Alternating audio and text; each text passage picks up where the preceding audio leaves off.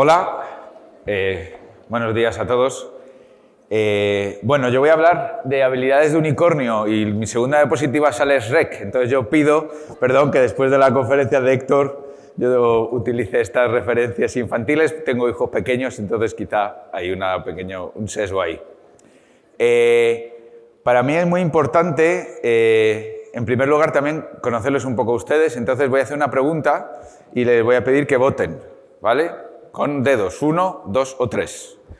Entonces, la pregunta es, ¿a qué profesión se parece más un docente?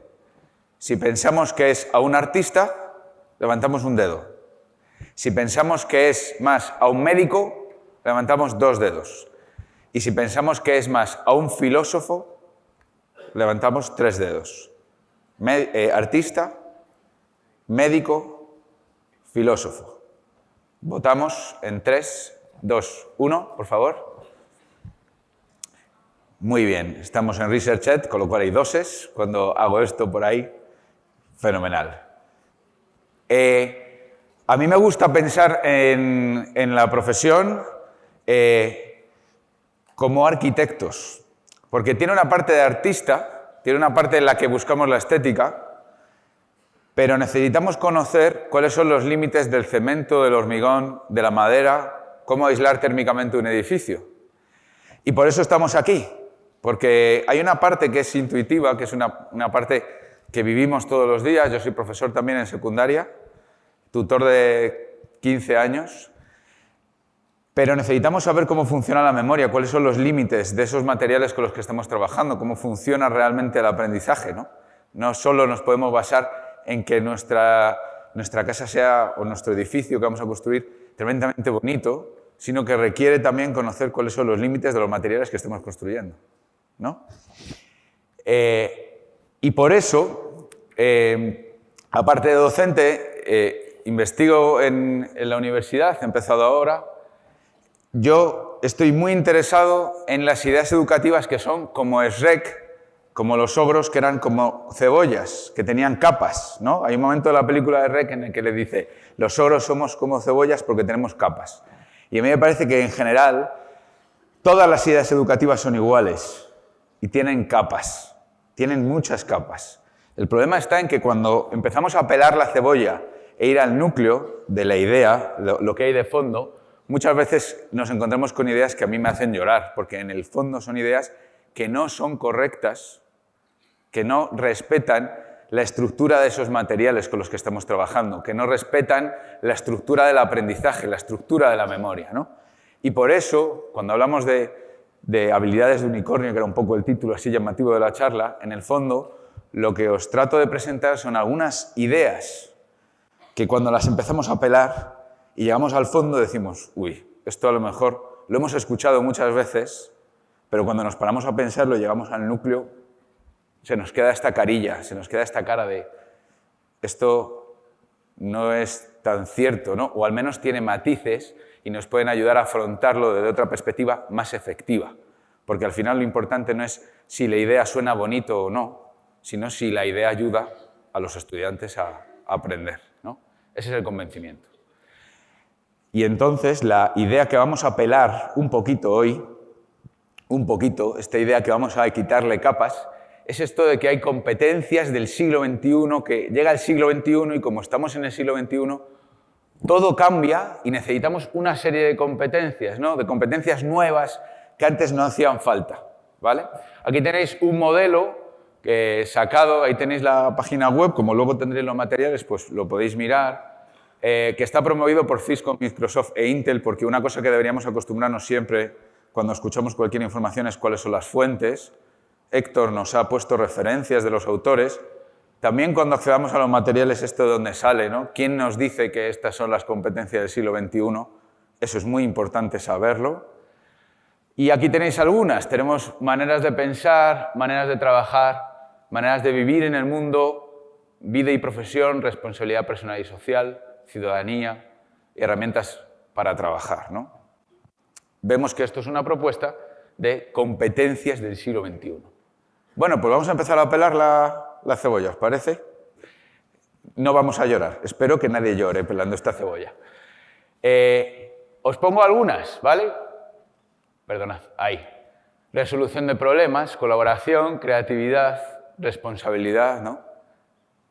Si os preguntara, ¿quién quiere esto para nuestros alumnos? ¿Quiénes de nosotros queremos esto para los estudiantes? Todos, ¿no? Todos queremos esto.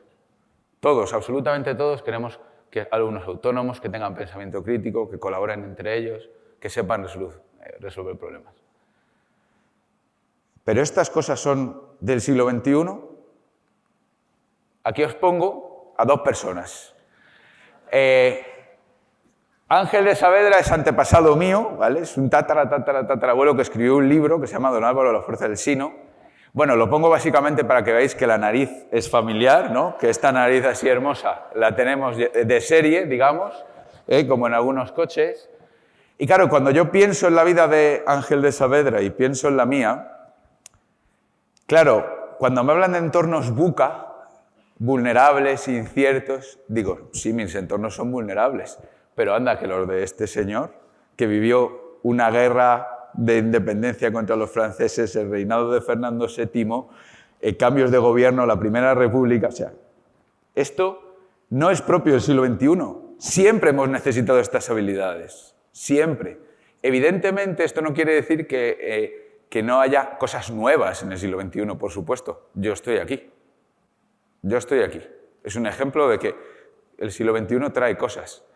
Pero no podemos pensar que el siglo XXI lo cambia absolutamente todo y que, por tanto, la enseñanza tiene que cambiar absolutamente todo, porque todo es distinto.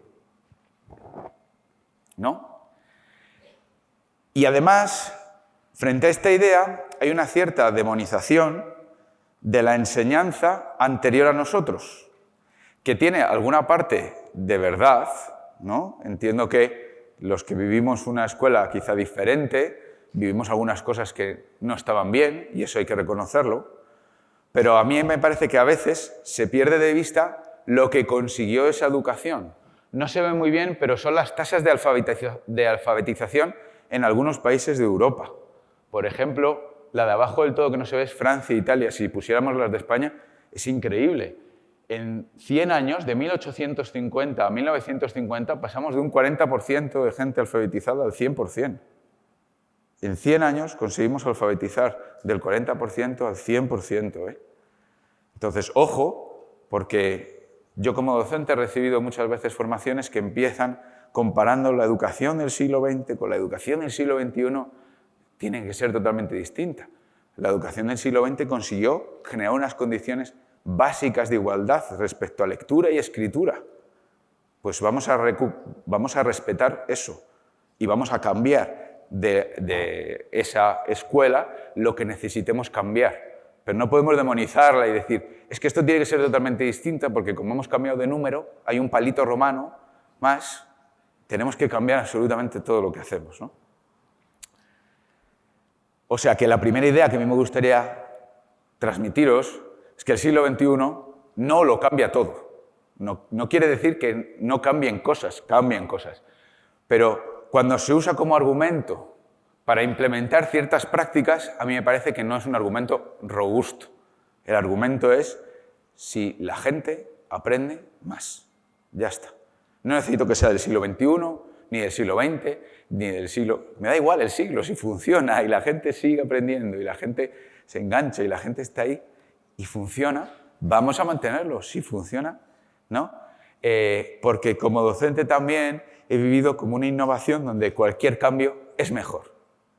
Y no, hay cambios que son mejores y cambios que son peores. Pues por tanto necesitamos evaluarlo, ¿no? Como sé que hacéis, ¿no? La evaluación de las iniciativas es muy importante. Esa sería como la primera idea.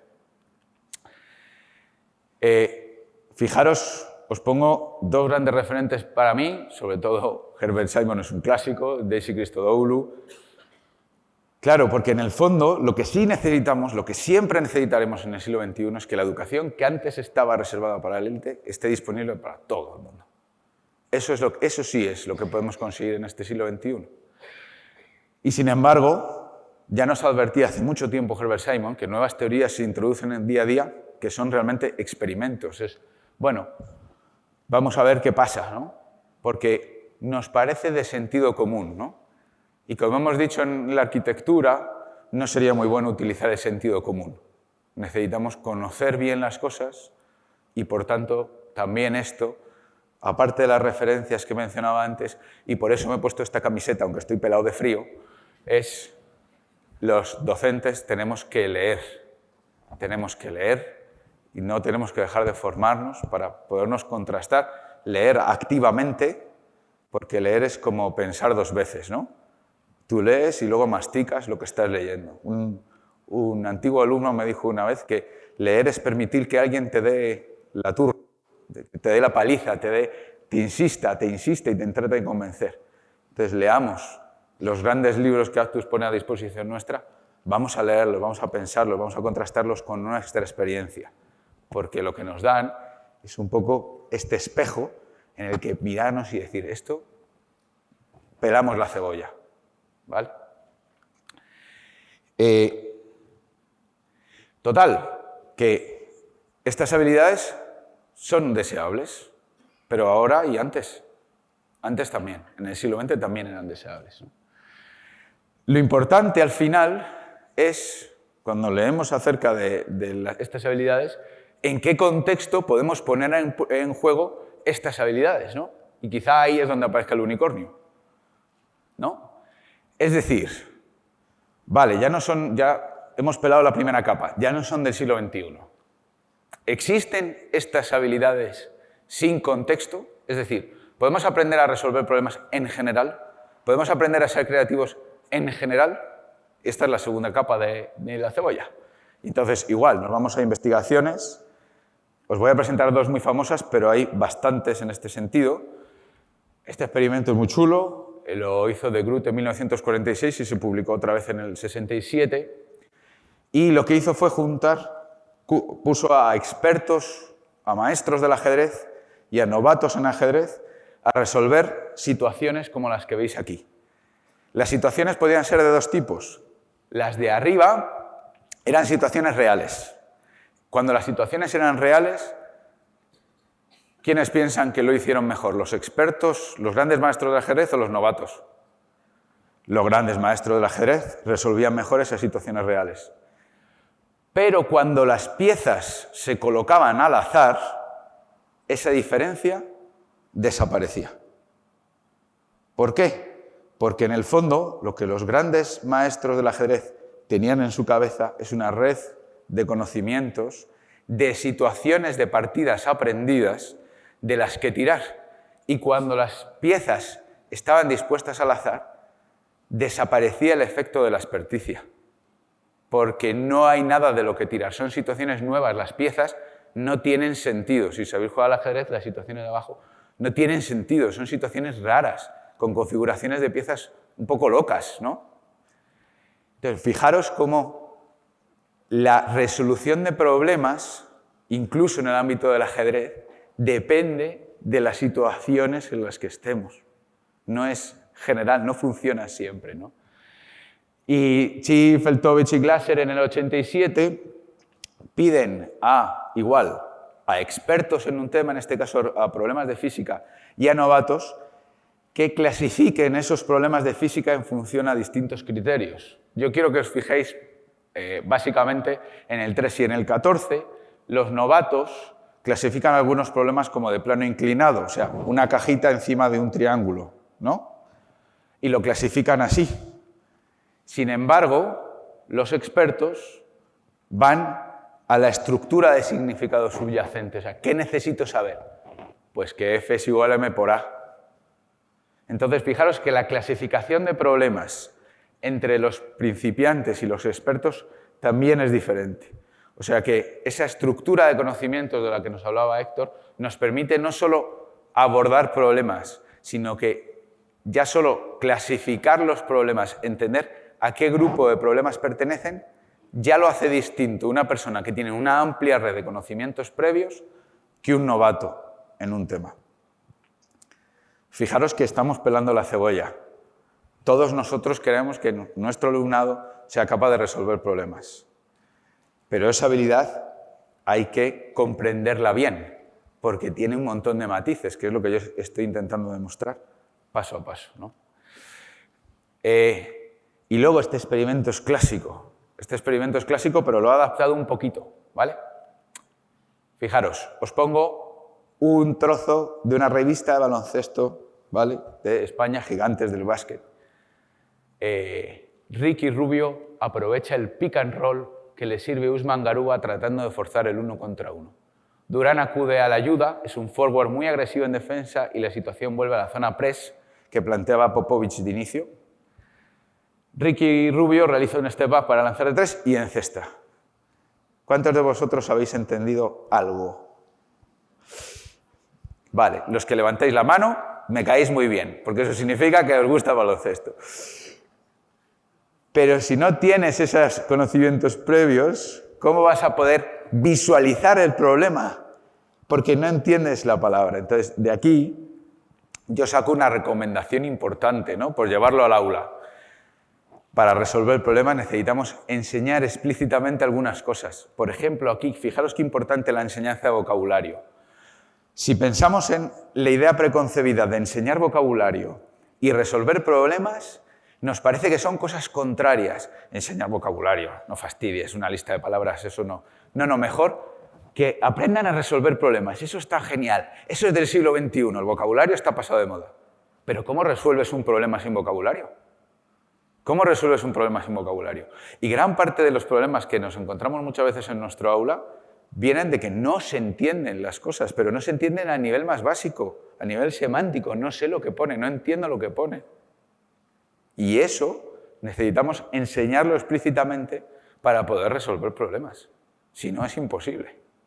Os pongo otro ejemplo que también...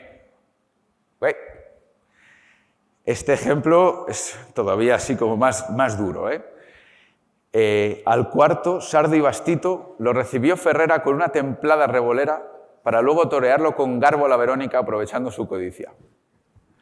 Galleó por chicuelinas para llevarlo al peto y lo sacó con un quite por el mismo palo de mano muy baja.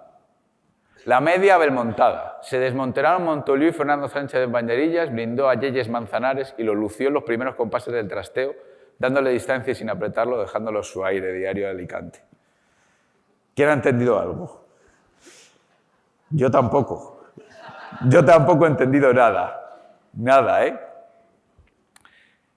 Claro, no solo necesitamos un vocabulario específico, también, si veis, he jugado un poco con los colores, porque en esto de la resolución de problemas también influyen factores socioemocionales. Entonces, tenemos que intentar no solo hacer instrucción explícita, acercando problemas a situaciones cotidianas y generando como un cierto interés. Si tenemos algún tipo de, digamos, de contradicción ideológica, por así decirlo, con esto, que yo la tengo, por cierto, pues cuando leo esto no solo necesito aprender vocabulario, necesito que me introduzcan en el tema de una forma que favorezca, que yo quiera aprender del tema. Porque si me dicen que tengo que aprender vocabulario sobre toreo, pues a lo mejor antes de aprender vocabulario tengo que hablar de otras cosas, ¿no? Por ejemplo. Entonces, fijaros cómo la resolución de problemas, de una cosa general así, venga, vamos a resolver problemas, tiene muchísimas pequeñas aristas de las que es interesante hablar, ¿no? Y aquí no os puedo explicar qué significa porque no tengo la menor idea. No lo sé. Hay algunas cosas que además me sorprenden. Brindó a Yeyes Manzanares y lo lució. Es que no tengo ni idea. O sea, no sé si es que ha cogido a Yeyes Manzanares así y le ha sacado en volandas. No tenemos ni idea. O sea que no podemos enseñar habilidades generales sin el contexto de su ámbito de conocimiento. O sea que necesitamos los ámbitos de conocimiento, ¿no? Y ahí reivindico el papel de la didáctica específica, didáctica de las ciencias naturales, didáctica de la lengua, didáctica de la escritura, didáctica de las matemáticas. En España hace poco, perdonad, un amigo mío, Bartolomé Piza, de la Universidad de Islas Baleares, hizo una comparativa de la formación del profesorado de los últimos 10 años en España, aspectos generales como inteligencias múltiples, estilos de aprendizaje y cosas así. Si se os ponen los pelos de punta, también me caéis bien.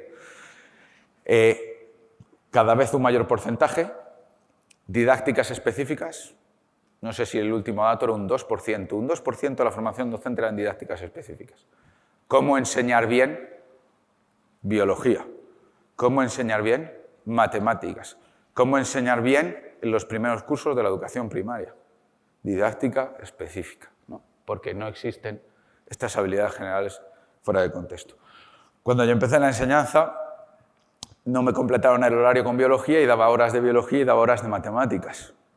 No es lo mismo. Me tenía que preparar muchísimo más las clases porque no se me ocurrían ejemplos, no conocía páginas de recursos, ¿vale? Esto lo digo porque, no sé aquí, pero en España pasa que hay colegios que apuestan por generar estas aulas que se llaman atelier. ¿Suena lo del atelier?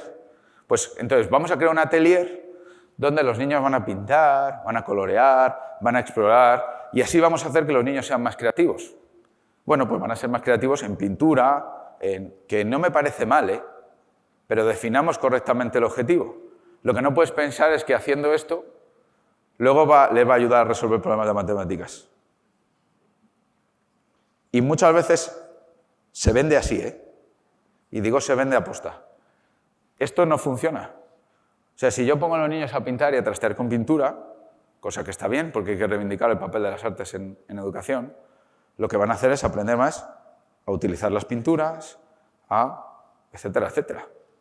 Porque es lo que están practicando, es lo que están pensando mientras están trabajando en el atelier. Insisto, esto no es cuestión de renunciar a esto y decir, no, pues entonces, no, quizá haya que reivindicar el papel de las artes en la escuela. Y decir, es positivo para los niños dedicar un rato a pintar. Perfecto. Pero fijemos bien los objetivos y seamos claros con que mi actuación consigue el objetivo que me estoy proponiendo, ¿no? Si no... por tanto, la invitación al final, como la conclusión de lo que yo os quería contar hoy, era esto, es decir, que si yo tengo una serie de habilidades que a mí me parecen que son importantes y yo doy química, por ejemplo, lo que debo de intentar es utilizar actividades que provoquen el pensamiento para generar esto, es decir, pasar todas estas habilidades a través del filtro de mi asignatura y conseguir que aprendan a colaborar trabajando en problemas de química, ser creativos con problemas de química, ¿no? Resolver problemas que tienen que ver con la química haciendo una transferencia cada vez más lejana, o sea, cada vez en contextos más, pero practicando en contextos similares al principio. Trabajar la responsabilidad en química, ¿no? Y decir, bueno, pues cuando vamos al laboratorio trabajamos con seguridad, por ejemplo, en el laboratorio. La autonomía y el pensamiento crítico, porque el pensamiento crítico es otra de esas habilidades que también habría que verlo. Hemos visto cómo pensamos críticamente acerca del baloncesto, implica conocer vocabulario y trabajar específicamente algunas ideas que tienen que ver con eso en concreto. Y esto que hablamos con química me pasa, por ejemplo, con astronomía. Y os repito el mismo proceso solamente para ser un pesado y que os acordéis, ¿vale? Es decir, tengo que pasar las cosas a través del filtro de la materia que estoy enseñando. Es la única manera, ¿no? Y por tanto ahí lo que tenemos que reivindicar es el papel de la instrucción explícita, de la instrucción directa, ¿no? No como solución para todo, sino como andamiaje necesario para poder construir todas estas cosas, ¿no? Es lo que decíamos antes. Por tanto, la forma de aproximarse a estas tareas, yéndonos, digamos, como al aula, que al final es lo que nos interesa, pues es, si este es mi objetivo, tengo que pensar qué conocimientos previos se requieren para resolver este tipo de problemas. ¿Cómo compruebo que esos conocimientos previos existen? ¿Cómo los activo previamente a la realización de la tarea? Y una vez que tengo eso, ya pongo en juego esas bolitas. A mí el símil de las bolas me parece clave. ¿Cómo conecto esas bolitas entre sí? ¿cómo hago para que esas bolitas se relacionen y se expandan y conecten con otras cosas nuevas, ¿no? Por tanto, cuando nosotros empezamos una sesión de aprendizaje y empezamos, por ejemplo, lanzando una pregunta, una situación problemática que hay que resolver, en el fondo podemos estar haciendo esto. Pero tenemos que contar con que previamente tiene que haber como una activación de conocimientos previos que permitan resolver, digamos, y trabajar en función de todas estas habilidades. O sea que en el fondo no es renunciar a las habilidades del siglo XXI. No me gustaría que os dejarais con esa idea, ¿no? Sería un fracaso para mí. Pero esas habilidades del siglo XXI, esto está sacado de un libro muy, muy bueno, ¿vale? De evaluación. Mis dos principales como vías, ¿no? de expresión, digamos, de ideas ha sido esto de las ideas equivocadas, en un pequeño librito que se llama Educar en la complejidad, y luego un libro que escribí con Mariana Morales sobre evaluación formativa. Porque la evaluación formativa liga con esto que estamos hablando también, ¿no? Bueno, pues este libro que va precisamente de esto de evaluación nos propone como una serie de elementos dentro de los cuales está esto. Fijaros, conocimiento específico, conocimiento central, conocimiento nuclear, ¿no? A mí siempre me gusta imaginar, digamos, cuando yo pienso en la biología, yo pienso como una serie de bolitas. Las bolitas no tienen todas el mismo tamaño. Hay ideas centrales, por ejemplo, las células, por ejemplo, la respiración celular, por ejemplo, la evolución, que son más gordas porque conectan con otras bolitas, ¿no? Y entonces tener esa estructura en la cabeza y decir, bueno, es que esto está, primero, aprender es conectar, y segundo, no todo es igual de importante al conectar, sino que hay ideas centrales, me ayudan a trabajar, pues eso, otras cosas que también tienen que ver con esto, la alfabetización digital, la motivación y la perseverancia, la resolución de problemas, la interdisciplinaridad, interculturalidad, el hablar y escribir, igual ligado a una materia porque necesito un vocabulario previo, y actividades colaborativas. Otro ejemplo de esto, ahora que aparece aquí, esto de las habilidades tecnológicas, que también se citan frecuentemente, tiene que ver con lo que hemos hablado. Lo digo por ahondar en otro ejemplo. Que yo al principio no puedo directamente suponer que van a saber buscar en Internet sobre química o sobre astronomía, porque entonces estamos favoreciendo un aprendizaje. Sí están aprendiendo algo que cuando yo dudo busco en Internet y me creo lo primero que pone. Y por eso tenemos muchos problemas hoy en día con la dispersión de las fake news. Porque en el fondo entendemos que no necesito nada para buscar en Internet. Pero buscar en Internet es una habilidad que sí requiere conocimientos previos. Requiere una enseñanza explícita al principio de dónde busco información, quién ha hecho cómo identifico la autoría de esa información, y eso lo tengo que modelizar en clase. No puedo darlo por sentado, no puedo pensar qué va a suceder porque sí. Tengo que conectar el proyector o mirar la pantalla y decir, no, mira, esto se hace así. Cuando tú te metes en Google y pones una cosa, los primeros resultados que te salen pueden ser de páginas no fiables. O decir, bueno, pues la Wikipedia está muy bien, pero la Wikipedia está escrita por todo el mundo. Por tanto, hay que tener cuidado con las cosas de la Wikipedia. Que tú mandes un trabajo no significa trabajar herramientas digitales. Si el trabajo se puede resolver copiando y pegando la Wikipedia, pues no funciona, no estamos trabajando esto, ¿no? Y tiene que ver un poco con esto. Si me obliga a pensar y a procesar esa información que yo tengo que encontrar en Internet, o incluso pensar y procesar el propio proceso de búsqueda de la información, entonces sí estoy aprendiendo competencias digitales. Entonces deberíamos de dedicar tiempo a pensar y a procesar sobre el propio proceso de búsqueda de la información cuando manejamos tecnologías digitales.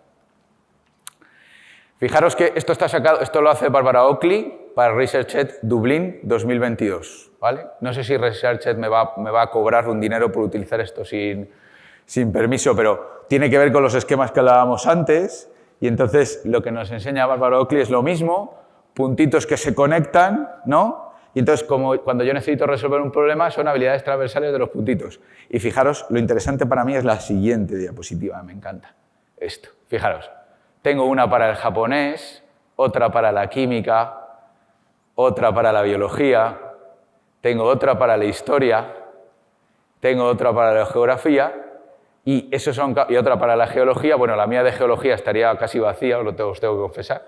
Y aquí tengo, digamos, cuando yo practico resolución de problemas en geología, me manejo con estos esquemas, con estas bolitas. Cuando practico resolución de problemas en geografía, me manejo con estas bolitas. Cuando hago cosas de biología, tengo muchas y entonces me manejo con estas.